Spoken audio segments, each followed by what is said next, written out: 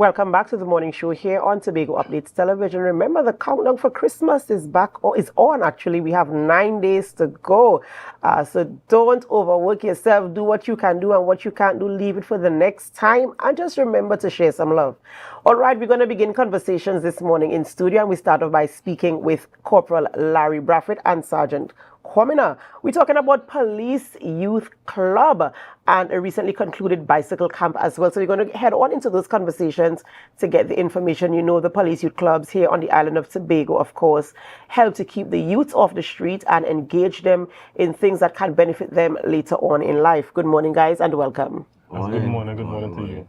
Right, a pleasure to have you here in studio with us this morning, and we're talking about Police Youth Club.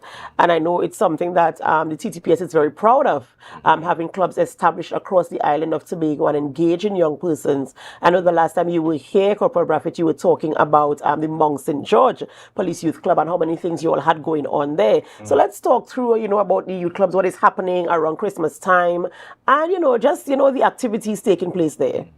All right, so just to mention about the Police Club, this year we celebrate 50 years of Police Club activities across the island of Trinidad and Tobago.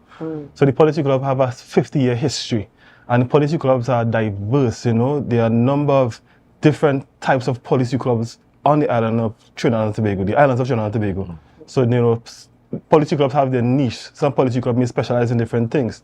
So, for example, you have a paramilitary Police Club in Trinidad, we have a netball Police Club. Some police clubs specialize in track and field, some specialize in pan and music. But in Tobago, we have a very unique situation where we have the first bicycle police club, you know, between the islands of Trinidad and Tobago, the first and only bicycle police clubs.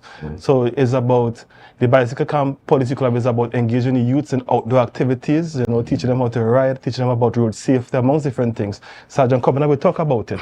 Right. So we are proud to, you know, to be the first on the island of Trinidad and Tobago to have such a police club.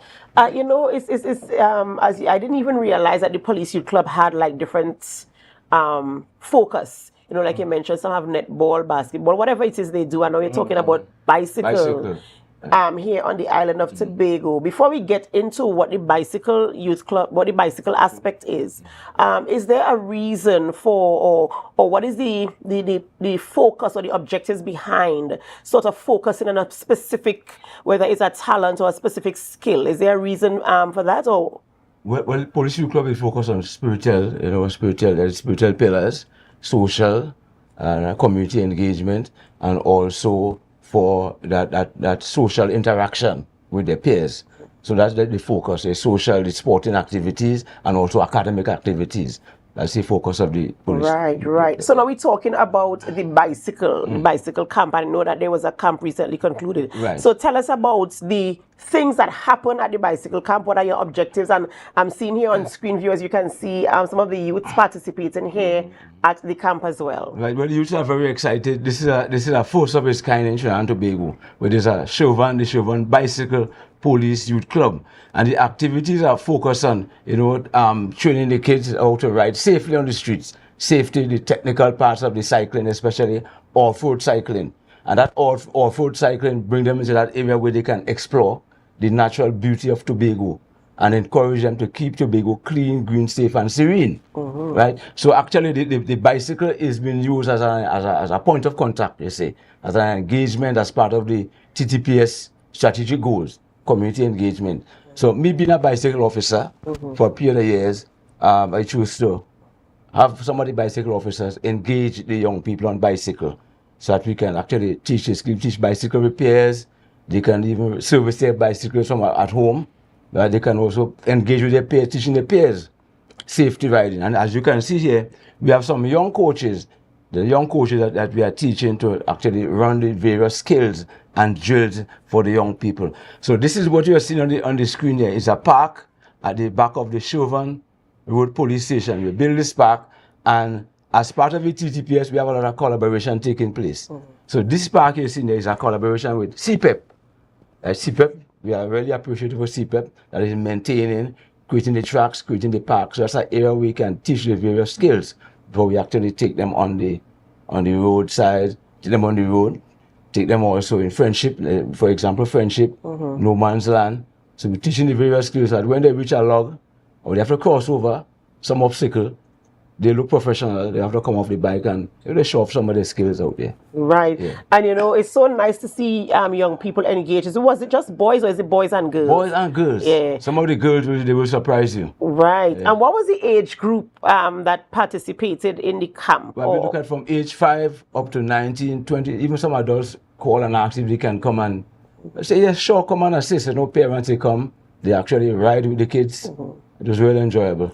And I know, I mean, this is something so fun, you know, and I know it concluded, was it last week? Last week, that was a Christmas camp, a 1-week camp that ran from the 9th to the 13th, right, from 3:30 to 5:30. And will you engage in this camp again? Because I am certain that all those participants, they find the camp finished too fast. I'm sure they want an extra week. And I know the likelihood of that might be a little bit slim, especially heading into Christmas with the preparations. Yes. But are you going to engage in this type of camp again? Of course. We're looking at Easter because last Easter was the first one. That was a UNDP sponsored camp. The UNDP sponsored some bicycles and they sponsored the camp. Right. The second one we had, that one was in the last school holiday, September. Right. That one was sponsored by Sport TT along with the collaboration with THA, Community Development, Youth and Sports. And how do you find the engagement in terms of parents willingly sending out their children to participate? The engagement is overwhelming. We can't even advertise much for this type of camp because if you advertise too much, it will be too overwhelming with the amount of participants, and also because we have to cater for a certain amount of a ratio of coaches per student. Especially if you do they go on the road at all, or do they stay on the track for now, on the field for now? On the road, on the track first, the safety training, the safety drills, and then on the road and also on the tracks, on the off-road trails. Tobago is very beautiful in terms of, I call Tobago a mountain bike paradise. Right? Because the area, those cove, the lagoon, the various beaches, some places that they never know exist. They actually traverse there by bicycle. Well, this is absolutely amazing. And, you know, I want to ask, you know, what is next for the Police Youth Club here on the island of Tobago? Any club for that matter. I know you all always roll out some type of program or project to ensure you engage the young people. So what is next for Police Youth Club on the island of Tobago?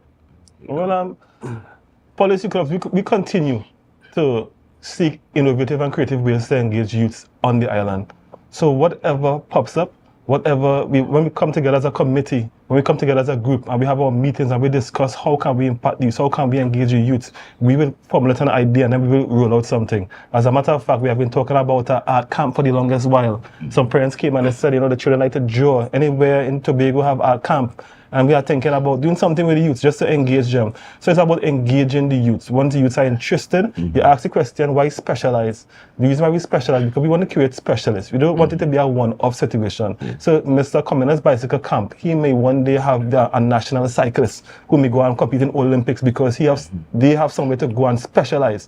We have musicians who would have gone and specialized in music, who became national musicians who take music all over the world. We have track and field athletes who would have participated in the policy clubs, the policy clubs that focus on track and field, and they would have gone on to represent Trinidad and Tobago, you know, take it over broads and international.